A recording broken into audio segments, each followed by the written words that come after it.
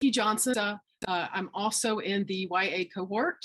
I am a white person with salt and pepper hair, mostly salt, and black glasses, a black hoodie, and behind me are the striped walls of a log cabin and a lot of books.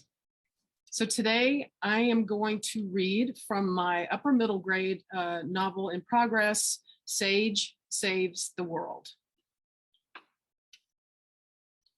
Stealing a dog and getting caught is not the best way to start your summer. But Sage hadn't counted on the bolt cutters being so impossibly big. She'd figured if something came up while she was cutting the chain, she'd just throw the tool in her backpack and walk away like no big deal. That didn't happen. The tool was twice as long as her backpack, and the bright red handle stuck out of the top and above her head. She knew she couldn't exactly talk her way out of it when the man stepped out of the store and saw her standing there with his dog. The sun was already hot, and the bottom of her sneakers were sticky on the asphalt of the parking lot.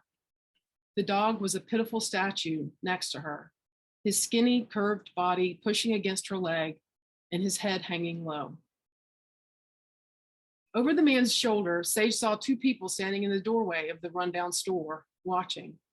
One was an older boy in a sleeveless shirt, stretched out like he could prop up the whole store with his scrawny arms. He chewed a plastic straw and leered at her, using his hip to bump a little boy's head into the door frame. The little one rubbed his temple with dirty fingers while tears welled up. Sage made a fist with her free hand and thought about making him stop, but her problems were bigger at the moment. She stared back at the scowling man. The wet whites of his eyes looked her over, up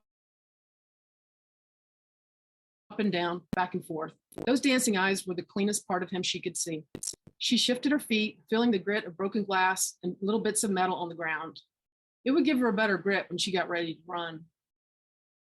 Where do you think you're going with my dog? What are you anyway, a boy or a girl? Sage stood silent, her face darkening with a mix of rage and shame. No way was she even going to acknowledge he existed. She'd been through this before.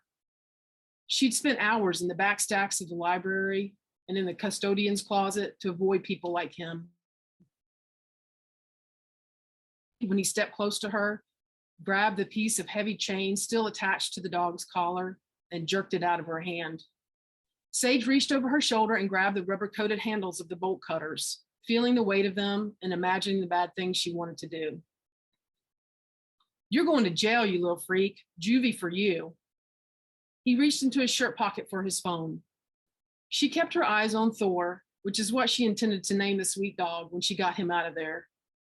Then she looked back and forth down the chain link fence that surrounded the store, looking for her quickest way out. The wind had swept up the streets and sidewalks, and the garbage had been pushed against the fence line.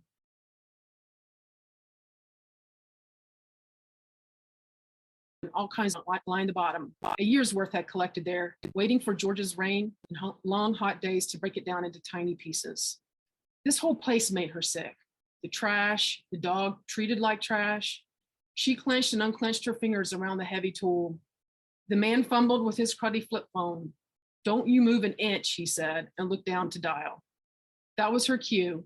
In seconds, she reached her BMX bike, leaning against the stop sign at the corner, pushed hard, and with a running leap, was on the pedals. She'd be back, or someone would. She'd make sure of it. Thank you.